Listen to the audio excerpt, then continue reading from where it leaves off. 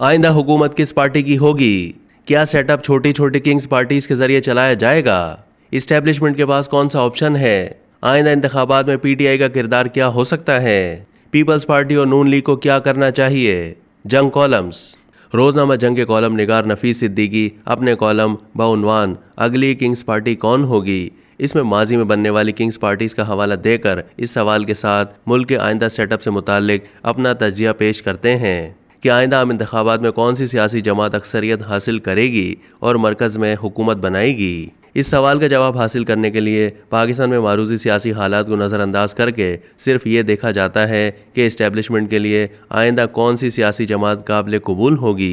सियासी दानिश्वर और तजियाकार भी सिर्फ इसी एक फैक्टर को मद्देनज़र रखते हुए कयास आराइयाँ करते हैं और ख़ुद सियासतदान भी आइंदा के लाहे अमल के लिए सिर्फ इसी फैक्टर को सामने रखते हैं। तजिया और कयास आराइयाँ भी स्टीरियोटाइप होती हैं। उन्हें सुनकर महसूस होता है कि उनका माखिज़ या फैक्ट्री एक है। इस माखिज़ का नाम है बाखबर ज़राए। बाखबर ज़राए क्या सोच रहे होते हैं इसका अंदाज़ा तो बेखबर लोग भी लगा लेते हैं। क़याम पाकिस्तान के बाद से किंग्स पार्टीज़ बनाने का खेल जारी है। पाकिस्तान की खालिक जमात मुस्लिम लीग की अवामी और सियासी ताकत कमज़ोर करने के लिए जाली मुस्लिम लीगें बनाई गईं। उन्हें किंग्स पार्टीज़ का दर्जा दिया गया और उनके ज़रिए हुकूमतें चलाई गईं। वाज़ेह है कि किंग्स पार्टियों की उस वक्त ज़रूरत होती है जब मुल्क में बराह रास्त फ़ौजी हुकूमत ना हो।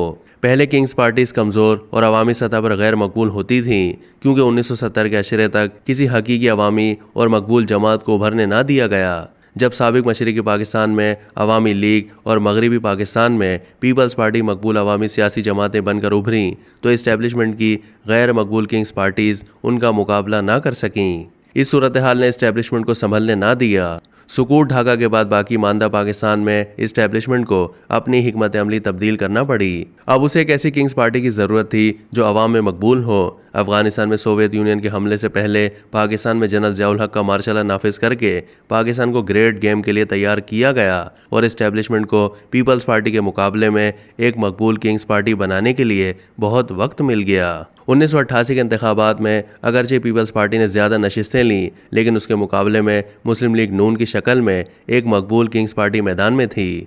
मुस्लिम लीग नून को अवामी मकबूलियत दिलाने के लिए पूरी प्रोपेगेंडा मशीनरी और रियासती वसाइल को इस्तेमाल किया गया और इसे 10 साल तक पीपल्स पार्टी के मुकाबले में किंग्स पार्टी का दर्जा हासिल रहा। जब 1999 में एक और ग्रेट गेम के लिए मुस्लिम लीग नून की हुकूमत का तख्ता उलटकर जनरल परवेज़ मुशर्रफ की आमरीत कायम की गई तो मुस्लिम लीग नून की क़यादत ने किंग्स पार्टी बनने के बजाय अपनी अवामी और सियासी ताकत पर इन्हिसार किया। उसके बाद इस्टेब्लिशमेंट को अब 2 मकबूल सियासी जमातों की मकबूलियत का मुकाबला करना था और इन दोनों को अवामी सियासत से पीछे धकेलना था। अब एक बहुत ज़्यादा मकबूल किंग्स पार्टी की ज़रूरत थी, लिहाजा एक बड़े प्रोजेक्ट के तौर पर पाकिस्तान तहरीक इंसाफ को लाया गया। इमरान खान को हीरो बनाने के लिए इतना प्रोपेगेंडा किया गया कि इससे खुद इस्टेब्लिशमेंट के वसी हल्के अपने ही प्रोपेगेंडे का शिकार हो गए और उसकी असल हिकमत अमली के खिलाफ खड़े हो गए।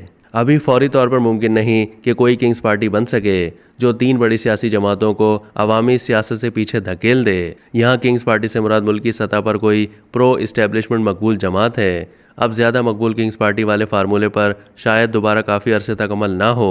वैसे तो छोटी छोटी कई किंग्स पार्टीज़ होती हैं, उनमें कौम परस्त, लिसानी, इलाकाई, मजहबी और फ़िरका परस्त सियासी जमातें शामिल होती हैं। इसकी मिसाल तहरीक इंसाफ की हुकूमत की साबिक इत्तेहादी जमातें हैं जो हुकूमत से बाहर आईं तो हुकूमत गिर गई।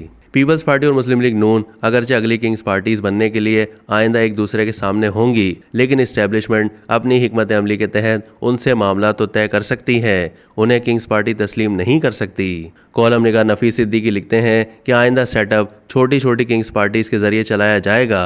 ये और बात है कि फ्रंट सीट पर पीपल्स पार्टी या मुस्लिम लीग होगी। किन सियासी जमातों को ख़त्म करने के लिए सारा जोर लगाया जाएगा, इनसे दोबारा मामला तय करने के 2 असबाब होते हैं। एक तो जिस किंग्स पार्टी पर इन्हिसार किया जा रहा होता है वो या तो मतलूबा नताइज नहीं देती या खुद को बड़ी ताकत समझने लगती है। दूसरा सबब आलमी और इलाकाई हालात इस्टेब्लिशमेंट को मजबूर कर देते हैं। मसलन इस दफ़ा चीन के नायब वज़ीर आज़म के दौरे पाकिस्तान के मौके पर पीटीआई या मजहबी जमातों के धरने नहीं हो रहे। हालात बहुत तब्दील हैं। वैसे तो इस्टेब्लिशमेंट के पास ये भी ऑप्शन है कि वो मजहबी और फ़िरका वाराना जमातों को ज़्यादा मकबूल बनाकर इलेक्शन में उतार दे, मगर मैं समझता हूँ कि वो ऐसा नहीं करेगी क्योंकि बदलती हुई आलमी और इलाकाई सूरत हाल उसकी इजाज़त नहीं देती। तहम आइंदा इलेक्शन में मजहबी और कौम परस्त जमातों के साथ साथ दीगर प्रो इस्टेब्लिशमेंट जमातों और आज़ाद अरकान को ज़्यादा नशिस्तें दिलवाई जा सकती हैं। इसके लिए पीटीआई के किरदार का भी तयन किया जा सकता है। अब पीपल्स पार्टी और मुस्लिम लीग नून की क़यादत को सोचना है कि वो आपस की खींचातानी में छोटी किंग्स पार्टीज़ के साथ कमज़ोर हुकूमत चाहती हैं या बदलते हुए आलमी और इलाकाई हालात का फ़ायदा उठाते हुए किंग्स पार्टीज़ की हुकूमत के बजाय मजबूत सियासी हुकूमत बनाना चाहती हैं। अब तक के लिए इतना ही। मज़ीद मालूमात के लिए डेली जंग के यूट्यूब चैनल को सब्सक्राइब कीजिए।